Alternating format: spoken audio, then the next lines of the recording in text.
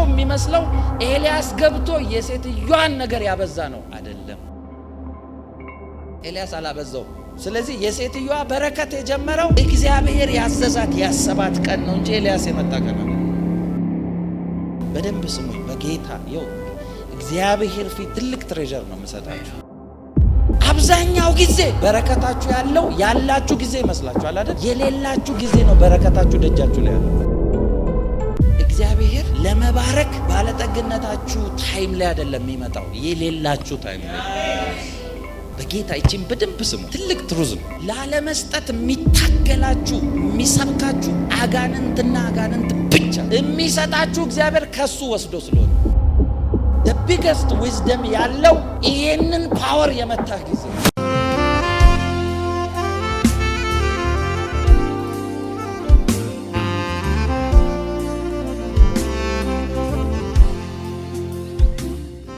ዛሬ በመስጠት ውስጥ ያለው ኃይል ሚል ነው ማስተምራችሁ። መጽሐፍ ቅዱሳችሁን ከያዛችሁ መጽሐፈ ነገሥት አንደኛ ነገሥት ምዕራፍ 17 ከቁጥር 8 እስከ 16። ተነስተህም በሲዶና አጠገብ ወዳለችው ወደ ሰራፕታ ሂድ፣ በዚያም ተቀመጥ፣ እነሆም ትመግብ ዘንድ አንዲት ባልቴት አዝዣለሁ የሚል የእግዚአብሔር ቃል መጣለት። ተነስቶም ወደ ሰራፕታ ሄደ። ወደ ከተማይቱም በር በደረሰ ጊዜ አንዲት ባልቴት በዚያ እንጨት ትለቅም ነበር። እርሱም ጠርቶ የምጠጣው ጥቂት ውሃ በጽዋ ታመጭልኝ ዘንድ ለምንሻለሁ አላት። ውሃም ልታመጣ በሄደች ጊዜ ወደ እርሷ ጠርቶ ቁራሽ እንጀራ በእጅሽ ይዘሽ ትመጭ ዘንድ እለምንሻለሁ አላት። እርሷም አምላክህ ሕያው እግዚአብሔርን በማድጋ ካለው ከእፍኝ ዱቄት በማሰሮም ካለው ከጥቂት ዘይት በቀር እንጀራ የለኝም። ገብቼ ለእኔና ለልጄ የጋግረው ዘንድ በልተነው እንሞት ዘንድ ጥቂት እንጨት እሰበስባለሁ አለች። ኤልያስም አላት፣ አትፍሪ፣ ይልቅስ ሄደሽ እንዳልሽው አድርጌ፣ አስቀድመሽ ግን ከዱቄቱ ለእኔ ታናሽ እንጎቻ አድርገሽ አምጪልኝ። ከዚያም በኋላ ለአንቺና ለልጅሽ አድርጌ፣ የእስራኤል አምላክ እግዚአብሔር እንዲህ ይላልና በምድር ላይ እግዚአብሔር ዝናብ እስከሚሰጥ ቀን ድረስ ዱቄቱም ከማድጋ አይጨርስም፣ ዘይቱም ከማሰሮ አይጎልም።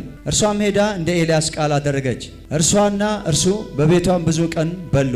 በኤልያስም እጅ እንደተናገረው እንደ እግዚአብሔር ቃል ዱቄቱም ከማድጋው አልጨረሰም፣ ዘይቱም ከማሰሮ አልጎደለም። ብዙዎቻችሁ ይሄንን የመጽሐፍ ቅዱስ ክፍል ስታነቡት አሁን ስለዚህ ታሪክ ስናጠና ከመጀመሪያ ጀምሮ ስታዩት ኤልያስ አካብ ፊት ተገለጠና አካብ ፊት አንድ ነገር ተናገረ። የቁጣ ንግግር ነው የተናገረው። ያ ማለት የጀጅመንት ቃል ነው ያወጣው።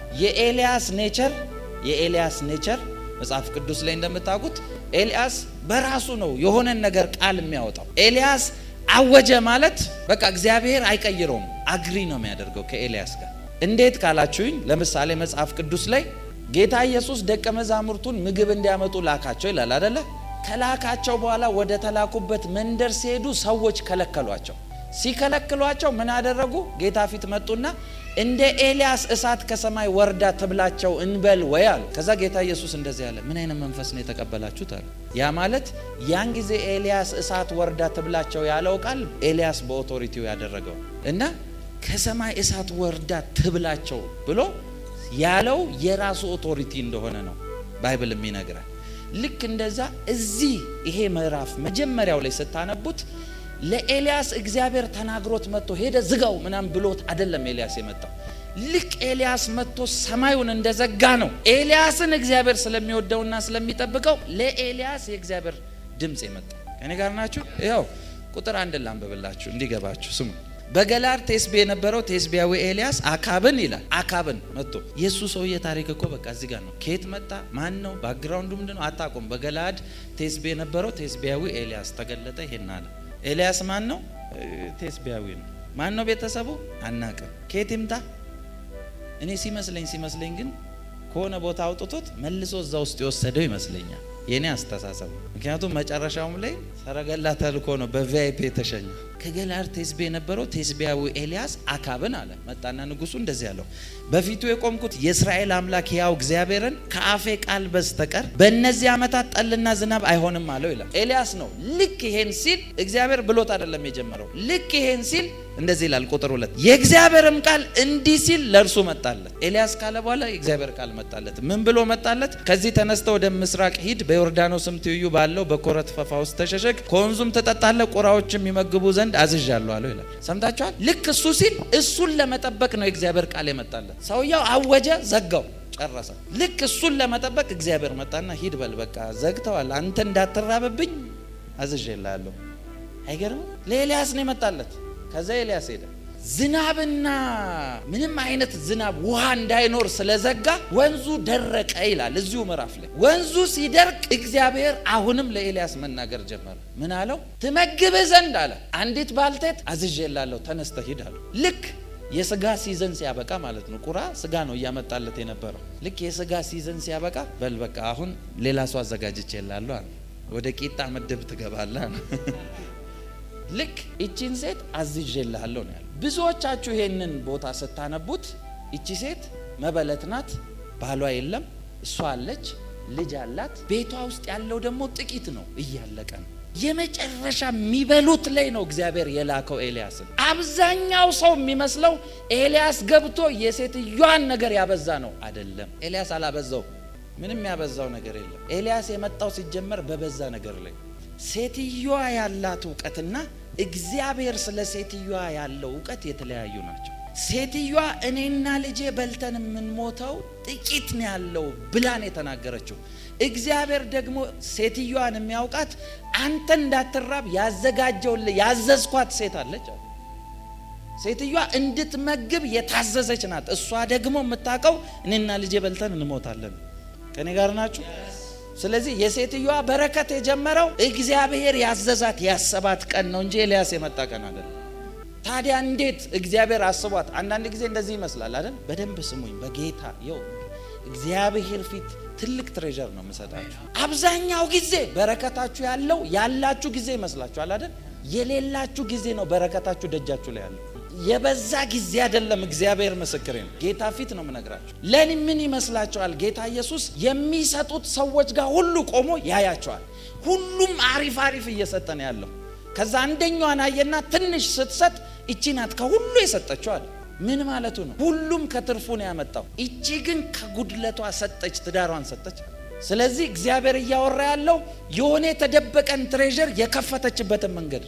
ከኔ ጋር ናችሁ? የዚችም ሴት የዚችም ባልቴት ኤልያስ ሲመጣ ያደረገው ነገር እድል ነው የሰጣት የተቀመጠውን በረከት እንድትከፍት እንጂ እሱ በረከት ይዞ አልመጣም። ምክንያቱም ቁጥር 8 ላይ አዝዤልሃለሁ እንድትመግብህ ነው ያለው። ስለዚህ በታዘዘ ነገር ላይ ነው ሄደው። ደሴማስ ቁራዎች አምጥተው እንደሚያበሉት ማለት ሂድ ቁራዎችን አዝዤልሃለሁ አለ እና ቁራዎቹን ገሰጿቸው ነው። በሉ እስቲ እንትን አድርጉ ብሎ ነው ታዘው አዘጋጅቷል። ካለበት ጎትተው የማምጣት ድርሻቸው የቁራዎቹ። ስለዚህ ኤልያስም እቺ ሴት ጋር ሲሄድ እቺም ሴት ታዛለች። እግዚአብሔር የፈለገችውን ብትጠራ እንዲመጣላት ሰጥቷታል። ቁራዎቹ ከታዘዙ ስጋ ወዳለበት ሄደው የማምጣት ግዴታቸው። ይሄ ደግሞ የሰማይ ሕግ እንደሆነ የምታውቁት ጌታ እያለ ጌታ ነው እንጂ መጠየቅ ያለበት እንዴት ደቀ መዛሙርቱ ይጠየቃሉ? ደቀ መዛሙርቱ ጋር መጣና ግን የሚበሉትን ስጧቸው እንደሌላ ያቅም እንዴ አላቸው። ግን እንዴት አንሎክ ማድረግ እንዳለባቸው አላወቁ። ስለዚህ እዚች ጋ ሲመጣ የዚች ሴት ሜንታሊቲ በረከቷ ቤቷ እንዳይገባ ዝግ ሆኖ ነው ያለው። ለምን ካላችሁ ታዛለች ከእግዚአብሔር። እንደዚህ ሆናችሁ አታውቁም? ስንት እግዚአብሔር የተስፋ ቃል ሰጥቷችሁ ትንቢት ቃል መጥቶላችሁ ስቲል ግን ፕሮብሌም ውስጥ ናችሁ። እግዚአብሔር ነው ወይስ እናንተ ጋር ነው ፕሮብሌም ያለው? ምንድነው ነገሩን እንዳይከፈት ያደረገው? የዘጋው ነገር ምንድነው? አላችሁ እዚህ አላችሁ። እናንተን እግዚአብሔር ብዙ ፕሮሚስ ሰጥቷችሁ ብዙ የተስፋ ቃል ሰጥቷችሁ እንዴት አረጋላችሁ ይሄ ይሆናል ብሏችሁ ይሄው አመት እየቆጠረ ነው። ለምን አልሆነ? ባይዘዌ ጊዜ እስኪመጣ ምናምን ብላችሁ የምትናገሩት ነገር ራሳችሁን እየሸወዳችሁ ነው። ጊዜ በእግዚአብሔር ዓለም ውስጥ የለም፣ ምድር ላይ ነው ጊዜ ያለው። በእግዚአብሔር ዓለም ውስጥ ፋንክሽን የሚያደርገው አሁን የሚለው ቃል ሰምታችኋል። እነሆ ይላል መጽሐፍ ቅዱስ አዲስን ነገር አደርጋለሁ፣ እርሱም መቼ ይሆናል? አሁን ይበቅላል ነው የሚላችሁ።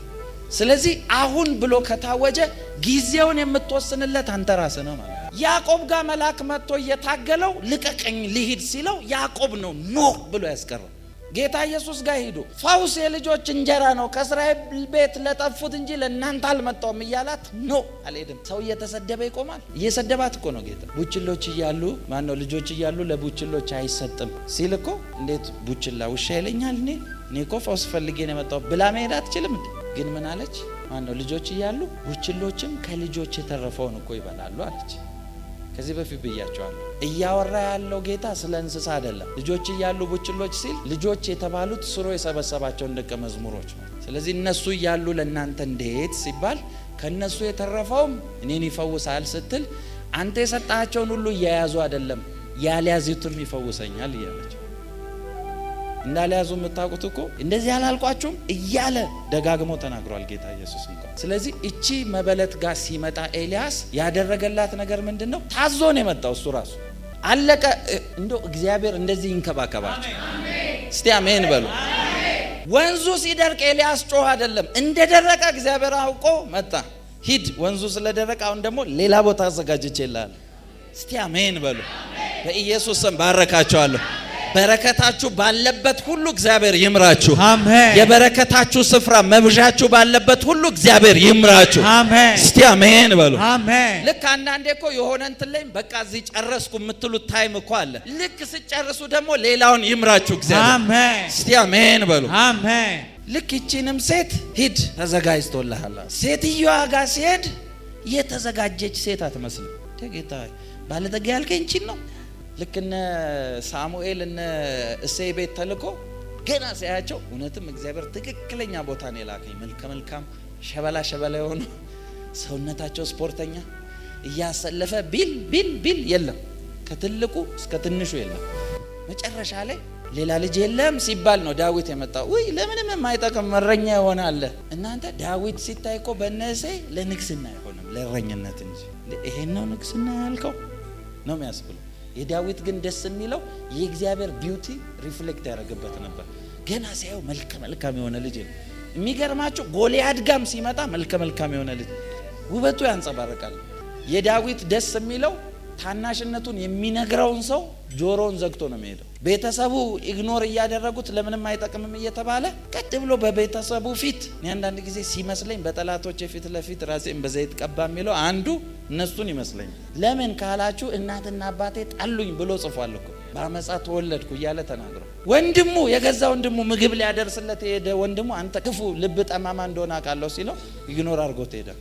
ለማይጠቅመው ነገር ኢነርጂውን አይጨርስም ማለት ነው። ያነሳው ወንድሙ እንዳልሆነ ስለሚያውቅ ወንድሙን ዘግቶ ይሄዳል። እቺ ሴት ጋም ሲመጣ ኤልያስ ሲያያት እንጨት እየለቀመች ነው። ጥሩ ምግብ የሚሰራበት ሰዓት ደረስኩ ብሎ ሰፍ ሲል ምግብ አለች ስጭኝ ሲላት ያው እግዚአብሔርን ላለው እኔና ልጄ በልተን የምንሞተው እንጂ ምንም የለኝም፣ ሂድ ሌላ ቦታ ፈልግ ማለት ነው በሌላ አማርኛ። እዚህ አካባቢ ትንሽ ባለጠጋ የሆኑ ካሉ ፈልግ፣ እነሱ ጋር ትንሽ ምግብ ስለሚኖር አለ።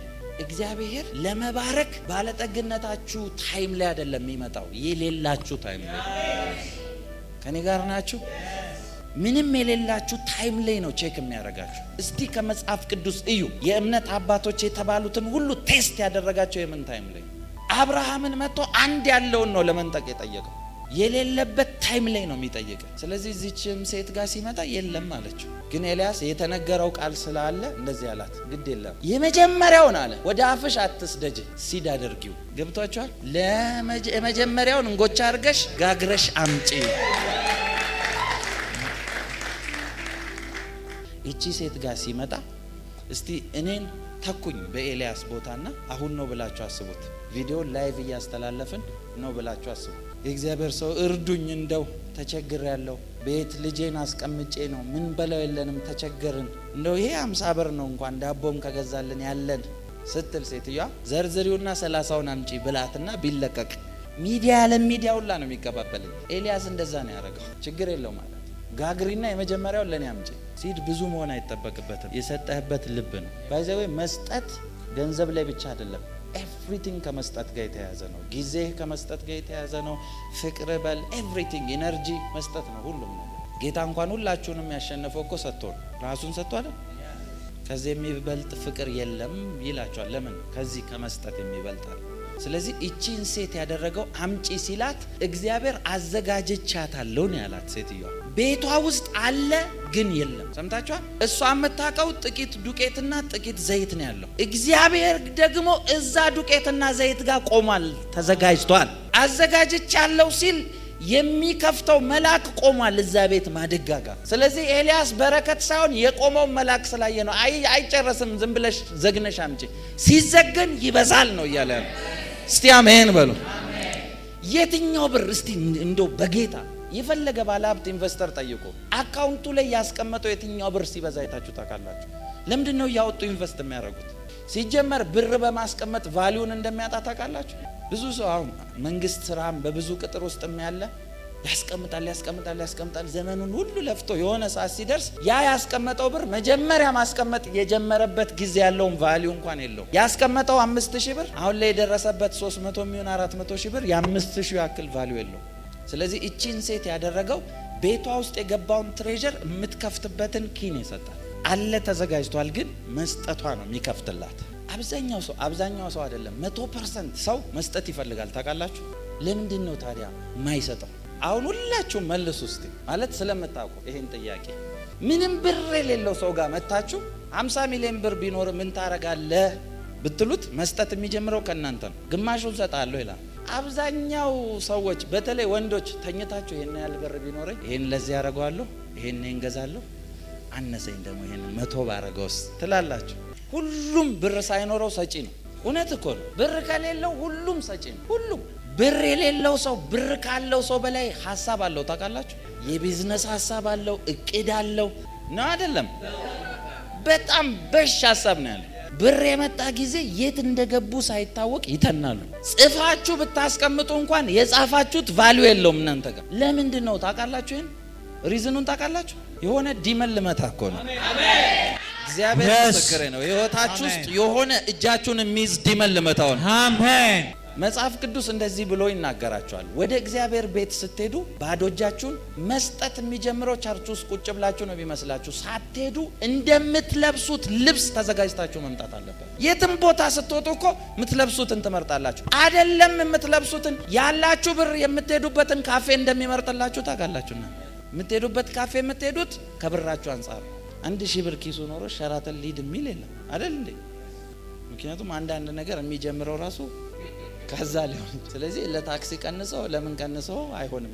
ስለዚህ የምትሄድበትን ቦታ እንኳን በኪስ ትመርጣለህ። አይገርም? ማን መጥፎ ሰብኳችሁ ነው? ቸርች ላይ ካላችሁ ብር እንደዚህ ታረጉና 10ሯን ቼክ ዩርሰልፍ፣ እግዚአብሔር ፊት በእውነት ቼክ ዩርሰልፍ 10ሯን መርጣችሁ። አንዴ በጣም ያሳቀኝ አንድ አገልጋይ እየተናገረን የሰማሁት ልጁ ቸርች ሲሄድ 110 ብር አለው 100 እና 10 ብር። ከዛ 100ን በዚህ ያረጋው እንዳልሳሳት ብሎ 10ን በዚህ ያረጋው። ከዛ የመባ ሰዓት ሲደርስ ስጡ ሲባል ተሳስቶ 100 ጋር ገባ። አላየውም፣ 10 መስሎታል። ጭምድድ አርጓት። አንድ ነገር እዚህ ያስተምራችሁ፣ ጨምድዳችሁ አትስጡ። እኛ የሚሰጠውን ግራ ያወቅ ለሰው ነው የሚመስላችሁ። እንደዛ አይደለም። ስጋና መንፈስን ነው የሚያወራው። አትማከር ነው በቃ። አድርግ የሚልህን ኦቤ አድርግ ነው እንጂ 10 ብር ከሆነ ያለ እንደዚህ ያዛት፣ አትጨምድደው። እንዳንዱ ደግሞ እልህ ያለበት ይመስላል። ጨምድድ አድርጎ አይፈታም ሁላም። ልክ 100 ብሯን መባቃው ጋር ሲደርስ ሲጥላት 100 እንደሆነ አየ። መጨረሻ ላይ ኃይል ከኔ ወጣላ 10ሯን በዚህ አስቀምጦ ማለት ነው። አመለጠው። እንደ ቀጠሮ እንዳለባችሁ እንደምትዘጋጁት በእውነት የትም ቤተ ክርስቲያን ሁኑ።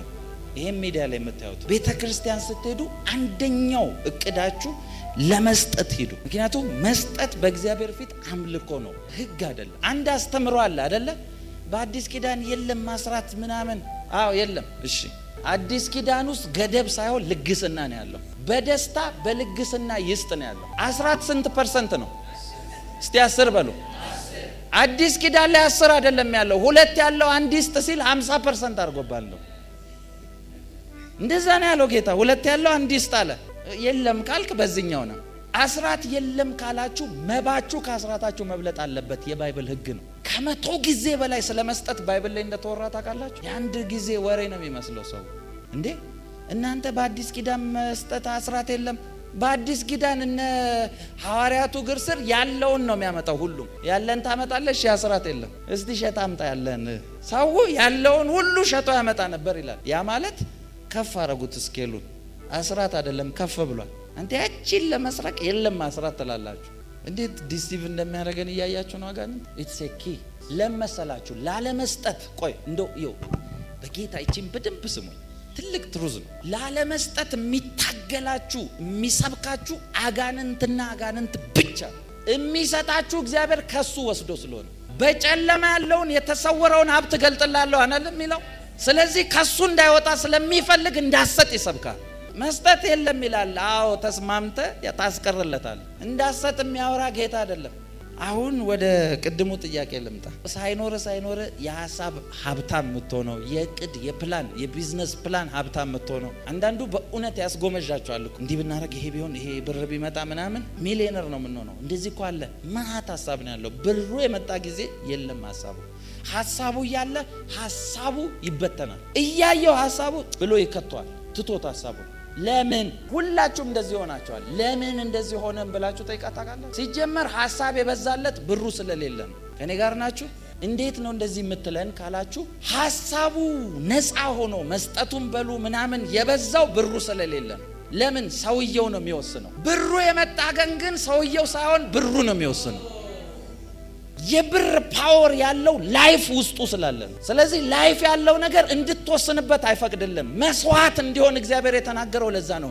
የሚሞት ነገር እኮ ይፍጨረጨራል እንዳይሞት። ስለዚህ እንዳሰዋው ይታገልሃል። ለምን? እሱ በሚፈልገው እንድትመራ ነው የሚፈልገው። the biggest wisdom ያለው ይሄንን ፓወር የመታህ ጊዜ ነው። ያ ማለት መኒው ላይ ያለው ስፒሪት አንተ ዶሚኔት ያደረከው ጊዜ። ለዛ ነው ጌታ ኢየሱስ ለሁለት ጌቶች መገዛት አይቻላችሁም አለ። ለማንና ለማ? ለእግዚአብሔርና ለገንዘብ አለ። ስለዚህ ገንዘብ ሲመጣ ጌታ ነው ያዛል ማለት ነው። ስለዚህ አይዲያ ኖሮክ አይዲያውን እንዳትተገብር የሚያደርግህ ሐሳብ አለው፣ ፓወር አለው፣ ላይፍ አለው ማለት ነው። መግደል አትችልም እሱ ማሞን የሚባለው ስፒሪት እሱ። ስለዚህ ሳይኖር ሀብታም ነህ፣ በቃ ለጋስ ነህ። the biggest power ያለው ትሬዠርን ለመጎተት ያንን ጨክነ ማረድ የምትችል ታይም ላይ። ለዛ ነው ውስጡ ላይፍ ስላለ እሱ ነው የሚፈልገውን የሚወስንልህ እንጂ አንተ አትወስንበትም። ለዛ ነው ገንዘብ ሳይኖር ሁሉም ሐሳብ አለው። ገንዘቡ የመጣ ቀን እንኳን ሐሳቡ ላይ ሊተገብረው ከአካውንቱ እንዳትጎል ይፈራል፣ ቁጥሯ እንዳይቀንስ ይፈራል። ለምን? ፓወር ስላለ። እግዚአብሔር ፊት ትልቅ ትሩዝ ነው እየነገርኳቸው ያለው። እስቲ አንድ ጥያቄ ልጠይቃችሁ። ሐዋርያው ጳውሎስ እንደዚህ ብሎ ተናገረ አይደለ? አምላኬ እንደ ባለጠግነቱ መጠን አለ። ይሄን አምላኬ የሚለው አምላክ የኢየሱስ ክርስቶስ አምላክና አባት ብሎ ያለው ነው። አምላኬ የሚለው አምላኩ ብቻ ሳይሆን አባቱ ነው። እንደው እስቲ ሁላችሁንም ጥያቄ ልጠይቃችሁ። ራሳችሁን ይህን ጥያቄ እንድትጠይቁት ስለምፈልግ መጠየቅ ብቻ ሳይሆን በዚህ ጥያቄ ውስጥ ከራሳችሁ ጋር እንድታወሩም ስለምፈልግ ነው። ለምሳሌ እስቲ አጋንንት አስወጥቶ የሚያውቅ ሰው፣ አጋንንት ያለበት ሰው በምንድን ነው የምታውቀው? አጋንንት ያለበት ሰው የሚገለጥበት ካራክተሮችም ጭምር ስላሉ። ካራክተር፣ እሺ። ፊታቸው ይቀያየራል። ፊታቸው ይቀያየርባል። ኦኬ፣ ትክክል ነው ሁሉ የሚያወሩት። አጋንንት ውስጡ ያለበት ሰው የአጋንንቱ ኔቸር ማኒፌስት ያደርጋል አይደል? ነው አይደለም? ስለዚህ አጋንንቱ ተፈጥሮ ኔቸር የራሱ ስላለው ኔቸሩ በሰውየው ላይ ይገለጣል። ወይ አጎሳቁሏል፣ ወይ በበሽታ ይመቷል፣ ወይ የሆነ ነገር ያደርገዋል። ኔቸሩን ነው የሚገልጠው፣ ነው አይደለም? ስለዚህ ይሄ ሰው በአጋንንት ስርዓት ውስጥ ነው፣ በአጋንንት አታክ ስር ነው ትላላችሁ። ጌታ ያለበት ሰው እስቲ አሁን ጌታ አለኝ ትላላችሁ አይደል? እስቲ ምንድን ነው የጌታ ኔቸር እናንተ ላይ ሲገለጥ? እንግዲህ ጌታ ያላችሁ ሰዎች ጌታችሁ ተገልጦ ይታያል አይደል? በምንድን ነው የሚገለጠው? የምታገኙት ሰላም፣ በረከታችሁ አይደል? ያላችሁ ነገር ሲበዛ ሲከናወንላችሁ እንዴ ይሄ ሰው ጌታ አለው እንዴ እግዚአብሔር ከሱ ጋር ነበር የሚሰራው ሁሉ ይከናወንለት ነበር ይላል እኮ አይደል እንዴ? ታዲያ አብሮነት በሁሉ መከናወን ከተገለጠ የታለ እግዚአብሔር አብሯቸው ያለው? የታል ጌታቸው አብሯቸው ያለው? በሁሉ ከተገለጠ የታለ እግዚአብሔር? ነው ያልተገለጠው ወይስ እናንተ ነው መንገዱን ያላወቃችሁት? ለመታከም የሚፈልግ ሰው ትምህርት ቤት ይሄዳል እንዴ? የት ነው የሚሄደው? ስለዚህ ቦታውን ያውቃል ማለት ነው። ለምን ነገሮች አልሆነም ብላችሁ ስታስቡ ጠይቁ ጌታ። what is the problem? ምንድን ነው? ያቺ ሴት በጥንቆላ ትርፍ ታመጣላቸው ነበር መንፈስ እያለባት። እነ ጳውሎስ ሲያልፉ መንፈሱ ይደነግጣል። እነኚህ እግዚአብሔር እንትኖች ናቸው፣ ከፍ ያለ ኦቶሪቲ ይዘው ስለመጡ። ቆይ እስቲ ጥያቄ ልጠይቃችሁ። ቸርች ላይ አደገኛ ጥንቆላ፣ ሰውን በጥንቆላ በቃ ብር የሰጠ ጠንቋይ እንኳን መጥቶ ነፃ ይወጣል አይደል እንዴ? ያንን ብር የሚጎትተው መንፈስ የመታ ቅባት ለምን እዛ ቸርች ብር አይጎትተው? ኢትዮጵያ፣ ኤርትራ፣ እዚህ አበሻ የሚባል ጠቅላላ አጋንንት ላይ ያለው ኮንፊደንስ ሌላ ነገር ላይ የለውም። በዚህ አጋንንት ታስወጣላችሁ የሚለው ጥቅስ ብቻ ነው መሰለኝ የገባንኛ። የእውነቴን ነው። አጋንንት ሲባል ሁሉም እስቲ ቸርች ላይ ገስጹ ይባል እስቲ ሁሉም ወታደር ያን ኮንፊደንስ ይባርካል የሚለው ላይ ለምን አፕላይ አታረጉትም? ኪው እኮ ስላልገባን ነው። በረከት እያለ ግን እንተላለፋለን። ይሄ ሲባል ያው አጋንንት ነግሬያቸዋለሁ። እንደዚህ አይነት ስብከት የሚሰብከው አጋንንት ነው። ለምን? ከሱ አውጥቶ ስለሚሰጣቸው አልኳቸው። በቃ አለቀ። ስለዚህ እንዲጎልበት ስለማይፈልግ ከኔ ጋር ናችሁ? እስቲ ኢየሱስ በሉ። እሺ የመጨረሻ አንድ ነገር ልንገራችሁ። ሉቃስ ምዕራፍ 6 አውጡ። በጣም የሚገርም ነገር ነግራቸዋለሁ። ሉቃስ ምዕራፍ 6 ቁጥር 38 ይሄ የመጨረሻ ቃል። ስጡ ይሰጣችሁማል። ቆይ ምን ብሎ ነው የጀመረው? ስጡ ይሰጣችሁማል። ምን አድርጉ? ስጡ። ማን ያወራው? እስቲ ኢየሱስ በሉ። ኢየሱስ። ስጡ ይሰጣችኋል። ያወራው ስለምንድን ነው? ስለ መስጠት። የመስጠቱ ፓወር ያለው አሁን ቀጥሎ የሚያወራው ጋር ነው። ስሙ። ስጡ ይሰጣችሁማል። እሺ በምትሰፍሩበት መስፈሪያ ተመልሶ ይሰፈርላችኋል። በቃ ጨረስኩ። ስጡ ይሰጣችኋል፣ በምትሰፍሩበት መስፈሪያ ተመልሶ ይሰፈርላችኋል። ሁለት ነገር ያወራ ነው የሚመስላችሁ። የምትሰጡት አማውንቱ ሳይሆን ቫልዩ ነው መስፈሪያችሁ። ስለዚህ አምጥተህ ስትሰጥ የሰጠህበት ሀርት የምትሰጥበት መስፈሪያ ያየኸው ልኬት ያው ነገር ነው ተሰፍሮ የሚሰጣል። ስለዚህ መታምጥተህ ስትሰጥ የሰጠህበት ልኬትህ አለ። ስታመጣ ይሄ ይገባል ብለህ ያወራኸው ይገባል ባልከው ልክ ነው የሚገባል።